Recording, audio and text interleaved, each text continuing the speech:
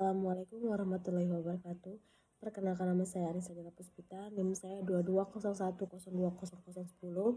Saya dari kelas A1 Akuntansi semester 7 dari prodi akuntansi. Baiklah, di video ini saya akan memberikan jawaban tentang tugas yang diberikan oleh Pak Ronald, yaitu tugas akhir dalam semester 7 ini. Ada 8 pertanyaan yang saya akan jawab. Pertanyaan pertama yaitu, jelaskan bagaimana Anda mengidentifikasi masalah pada proposal penelitian. Yang kedua, ada sebutkan dan jelaskan dari 3 kriteria keputusan yang akan Anda gunakan untuk menentukan solusi yang terbaik. Yang ketiga, ada bagaimana Anda mengalokasikan bobot pada kriteria yang telah Anda tentukan dan jelaskan. Yang keempat, sebutkan dan jelaskan minimal 3 alternatif solusi yang dapat diusulkan untuk mengatasi masalah yang tertulis pada proposal saudara. Yang kelima, ada bagaimana cara Anda menganalisis alternatif tersebut dan jelaskan dengan metode yang relevan. Yang keenam, berdasarkan hasil analisis, bagaimana Anda menentukan alternatif tersebut yang terbaik dan jelaskan. Yang ketujuh, ada jelaskan rencana penerapan alternatif yang telah dipilih. Yang kedelapan, sebutkan langkah-langkah yang akan Anda ambil untuk mengevaluasi efektivitas keputusan yang telah diambil. Berikut saya akan menjawab seluruh dari pertanyaan tersebut. Baiklah, saya akan menjawab dari pertanyaan-pertanyaan yang saya sudah sampaikan, yaitu masalah dalam penelitian ini diidentifikasi melalui pengamatan terhadap fenomena meningkatnya pada penggunaan aplikasi BRIMO sebagai bagian dari transformasi paperless banking di Bank BRI, yang khususnya di kalangan generasi Gen Z di Kota Lubuk Linggau.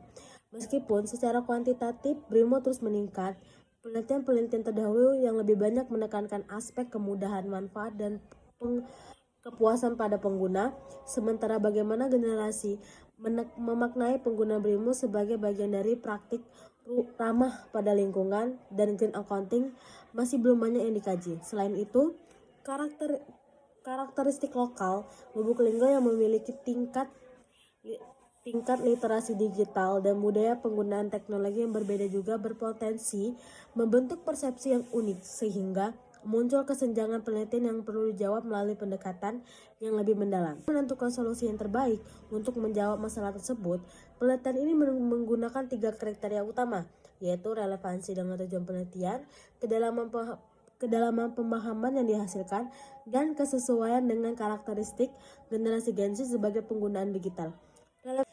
Relevansi penting agar solusi benar-benar mampu menjawab fokus penelitian tentang persepsi, paperless banking, dan green accounting.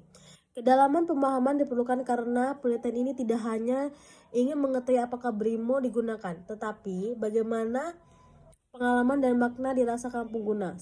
Sementara itu, kesesuaian dengan karakteristik generasi Z penting karena kelompok ini memiliki pola pikir, pengalaman teknologi, dan kesadaran lingkungan yang khas.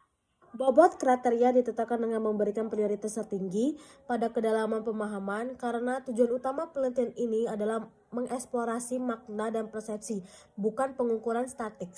Selanjutnya, yaitu relevansi dengan tujuan penelitian ditempatkan sebagai prioritas kedua karena solusi harus sejalan dengan rumusan masalah dan tujuan penelitian. Sesuai dengan karakteristik generasi Z menjadi prioritas ketiga karena metode yang harus dipilih mampu menangkap pengalaman digital yang sudut pandang generasi ini secara autentik.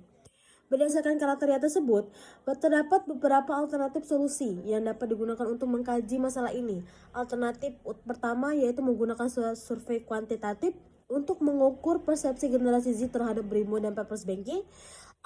Alternatif kedua yaitu menganalisis dokumen dan laporan resmi BRI mengenai digitalisasi dan pengurangan penggunaan kertas. Yang ketiga, alternatif ketiga adalah menggunakan pendekatan kualitatif melalui wawancara mendalam, observasi, dan dokumentasi untuk menggali pengalaman dan makna pengguna BRIMO secara langsung di generasi Gen Z.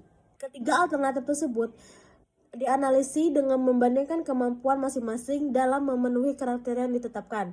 Survei kuantitatif mampu menghasilkan data yang terukur tetapi kurang mampu menggali makna dan pengalaman subjektif pengguna. Analisis dokumen dapat memberikan gambaran kebijakan dan arah institusi, tetapi tidak mencerminkan secara langsung persepsi dan pengalaman generasi Z.